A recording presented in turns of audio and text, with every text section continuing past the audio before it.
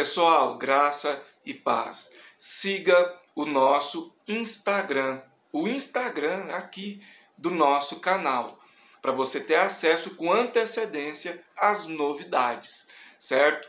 Eu vou deixar o link do nosso Instagram no comentário fixo aqui desse vídeo. É uma conta nova, mas já tem muitas postagens, certo? Se inscreva em nosso segundo canal, onde eu comento acerca de casos sobrenaturais. Então, se você gosta de temas ligados ao sobrenatural, você vai amar esse novo canal.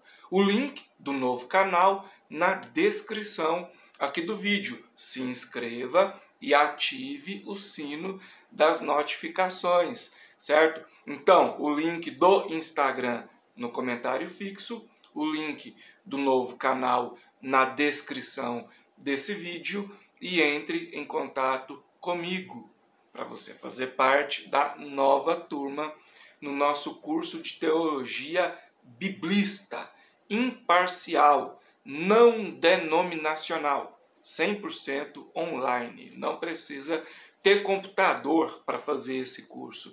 Você pode fazer ele inteiro pelo celular, certo? Ainda estamos com preços promocionais nas mensalidades. Entre em contato comigo. Os detalhes na descrição desse vídeo.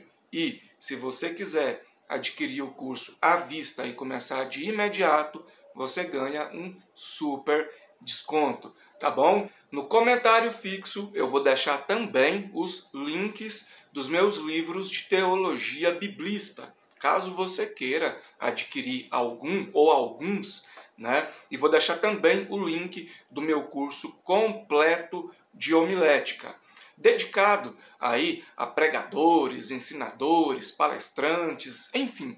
Acesse a descrição desse vídeo e o comentário fixo. E vamos para o conteúdo. O doutor Eberlin, ele citou que ele dá aula na Mackenzie, se eu não estiver enganado, acho que ele citou isso aqui na live. Se eu estiver equivocado, por favor, me corrijam. Então, possivelmente, nós temos, né, nós tivemos aqui na live 2 calvinistas, né, atuando. O Leandro Couto é calvinista, para quem não sabe. Tá bom? Então, para quem já perguntou, Harry, você não vai levar calvinista no programa? Aí, um calvinista. E todo mundo sabe da minha posição contrária ao calvinismo, né? O foco do programa vocês já entenderam.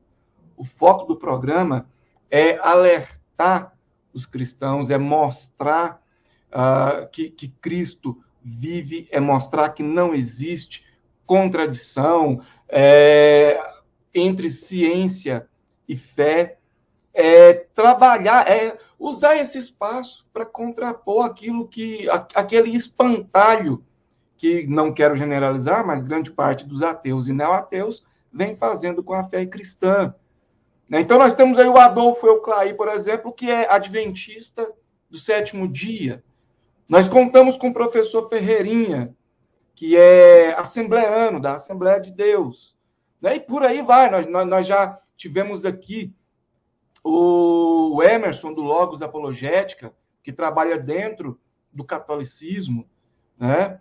E isso é caminhar, é buscar uma unidade comum de fé. Isso não tem nada a ver com ecumenismo. Ecumenismo é outra coisa. Até mesmo porque o calvinista, o adventista, o molinista, o católico, eles estão dentro do mesmo cristianismo. Eu até vou falar sobre isso em um outro vídeo. Aqui é só para vocês terem uma ideia. Então, eu quero conversar com o Adolfo. Eu vou colocar a pergunta na tela, a primeira parte da pergunta na tela. O texto é longo, não coube. Assim que eu ler, eu já coloco a segunda parte. Quem estiver assistindo, acompanhe, por favor, a pergunta dirigida ao Adolfo Euclair, que, inclusive, além de ser professor de história, também é especialista na crítica textual. Até cerca do século II depois de Cristo, que é o período mais próximo dos manuscritos originais. não possuímos mais do que 6 fragmentos de manuscritos, né? É muito pouco, né? 6 fragmentos de manuscritos aí. Até o século III depois de Cristo, possuímos apenas 48 fragmentos, né, do Novo Testamento.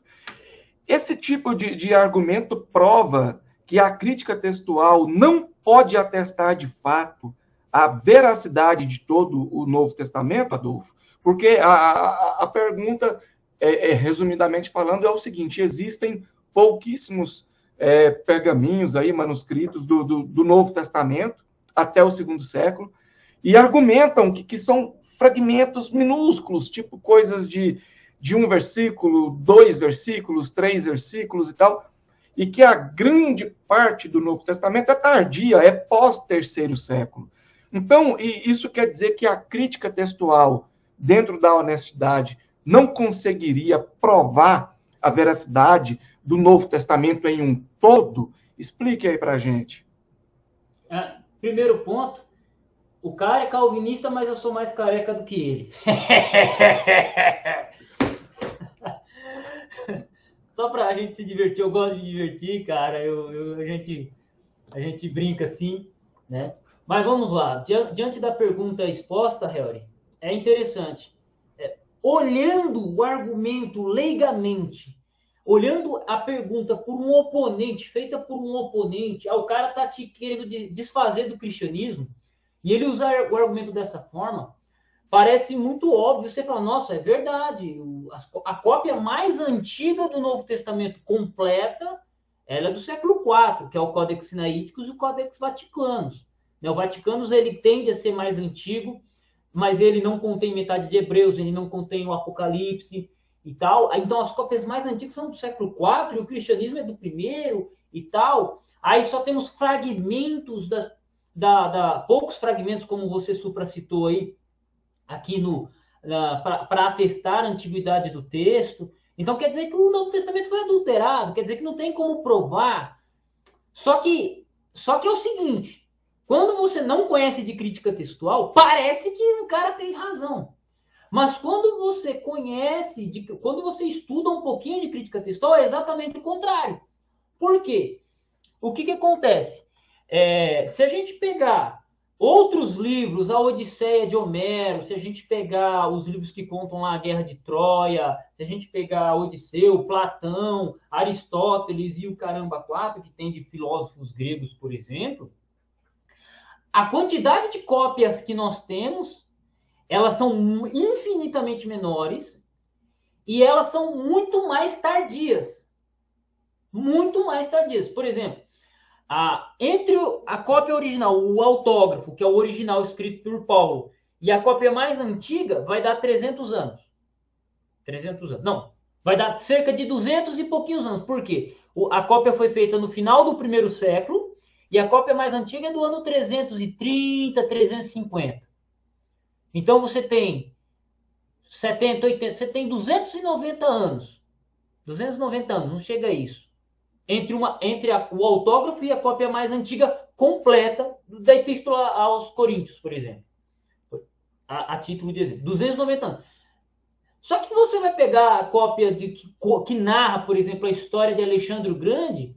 Alexandre o Grande viveu 330 a.C. e a cópia mais antiga que narra o fato de Alexandre o Grande é do ano 200, 300 depois de Cristo. É 500 anos depois. Para mais. E assim, é o único documento. Você tem 1 ou 2 documentos, mais ou menos dessa data, que vai falar de Alexandre o Grande. Pô, mas ninguém fica falando que Alexandre o Grande não existiu. Mas Paulo não existiu. Jesus Cristo não existiu. Não, na verdade, Jesus Cristo era um revolucionário barbudo que andava descalço no meio da Galileia. Era um revolucionário comunista, né? Mas não é o Jesus da Bíblia, não. É um revolucionário comunista inventado por um filósofo, por uma pessoa no século XX que estava descontente com o cristianismo. Aí já estou saindo do argumento da crítica textual. Então, quando você pega, por exemplo, Alexandre o Grande, a comprovação histórica mais antiga dele é 500 anos e ninguém fica questionando. Quando você pega,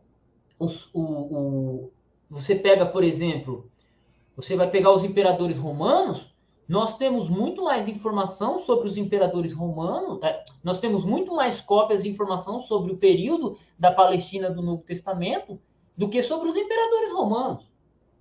Mas ninguém fica falando que os imperadores romanos não existiam. Ninguém fala assim, Nero não existiu.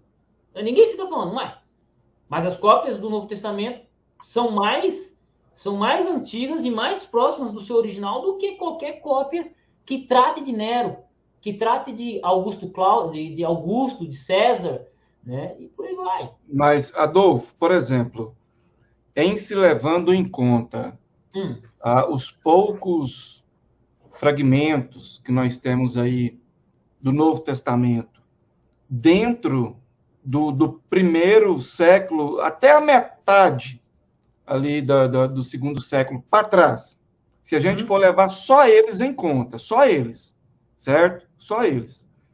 Qual seria a porcentagem verdadeira do Novo Testamento? Teria como remontar esse Novo Testamento apenas com esses fragmentos aí do começo do primeiro até a metade do segundo século? Eu vejo que o pessoal bate muito em cima dessa tecla, cara. Aí fica para você que é o crítico textual. Crítica textual, não importa o método que você siga, seja majoritário ou eclético, você não faz crítica textual, assim, por exemplo, apenas com documentos do segundo século. Eu tenho uma cópia aqui de 2 versículos, como você mencionou aqui, ou uma cópia de um versículo aqui, e você só vai você vai reconstruir o Novo Testamento inteiro só com aquela cópia. Não dá. Você tem que comparar com outras cópias e fazer uma busca. Por exemplo, eu mencionei o Codex Vaticanus aqui, que ele é do século IV, 330, 350. Só que, por exemplo, se você colocar ele lado a lado com um papiro do século III, século III é 200 e pouco, você vai ter você vai ter uma concordância de 99%. Então, o que faz? Isso joga o Codex Vaticanus para o segundo século. Ele é do terceiro, ele é uma cópia do quarto século. Mas ele tem um papiro do século III que não é completo, mas que atesta ele. Então, você tem uma antiguidade. Vamos lá. Você pega aí. Vamos pegar aí agora um versículo que eu gosto de trabalhar bastante. Apocalipse 22, verso 14. Você vai ter lá os que guardam os mandamentos e os que têm os testemunhos de Jesus e guardam os seus mandamentos. Você vai ter uma atestação de um pai da igreja, por exemplo, que cita o texto, ele é do século III. Século III é 200 e pouquinho, né? Então você vai falar que essa leitura ela é do quinto século, se você tem um pai da igreja atestado ali do segundo século. Tem nego que vai dizer que Mateus 28, 19 não existe. Aí você pega um documento do primeiro século, que é o Didaquê, que cita Mateus 28, 19 de maneira integral. Ué, como assim? Como essa leitura não existe se ela é atestada por um documento datado do primeiro século? Entende? Então, assim, você não consegue reconstruir todo o Novo Testamento com um manuscrito que só tem 2 versículos. Você não consegue. Mas quando você pega as cópias e compara elas, e você começa a buscar qual leitura é mais antiga, você começa a montar o quebra-cabeça. E falando em quebra-cabeça, o Novo Testamento é o único documento antigo que você consegue remontar ele inteiro. Porque quando você pega Tácito, Homero, você pega até os pais da igreja, você pega os filósofos gregos, qualquer documento antigo, eles contêm lacunas. Eu vou ler Platão no grego aqui. Você vai pegar o manuscrito de Platão, meia dúzia de manuscrito de Platão, tá tudo faltando parte. Agora, quando você começa a pegar as cópias, os 2 versículos do papiro 1, os 3 versículos do papiro 2, os 4 versículos do papiro 3, você compara, junta eles, você começa a reconstruir todo o Novo Testamento, diante de todas as cópias que nós temos. E não é só cópias em grego. Versões antigas como Vulgata, versões latinas, versões siríacas, versões coptas, versões georgianas já é do quinto século. Você pega pais da igreja do segundo, do terceiro, do quarto século, você consegue remontar. Porque crítica textual você não faz... temos meia dúzia de manuscritos ali do segundo século, nós vamos reconstruir o Novo Testamento com base nisso. Você reconstrói com toda a evidência documental possível. Mas aí você vai tentando buscar qual que é a leitura mais antiga. Porque se for assim, você não tem Platão. Você não tem Platão. Ah, pega, esquece, deixa de estudar Platão e vá ser feliz. Se o Novo Testamento não pode se reconstruir dessa forma. É isso. Eu achei legal que você Muito citou os bom. pais da igreja, né, o Adolfo? Porque eu já ouvi dizer que se a gente perdesse todos os manuscritos da Bíblia, do Novo Testamento, sabe, ainda daria para reconstruir mais da metade do texto só com as citações da patrística, porque os caras analisavam o texto, citavam. Estou falando assim, gente do segundo século, sabe, Policarpo, Irineu, né, todos esses caras eles têm textos, origem e tal, e eles citam os textos do Novo Testamento, né? Então a gente consegue pegar as citações deles e essas citações são consideradas, sabe? Em outros contextos históricos são consideradas também. Tipo, a gente não tem nada do texto de Talos, mas a gente tem a citação do Júlio Africanos que citou Talos. Então existiu esse documento, sabe? Mesma coisa, a gente tem Orígenes citando o Novo Testamento, né? Corroborando com o texto que está lá mais para frente. Então pronto, sabe? Porque a gente sabe que Irineu está no século II, mas Irineu era discípulo de Policarpo. Policarpo era discípulo de João, sabe?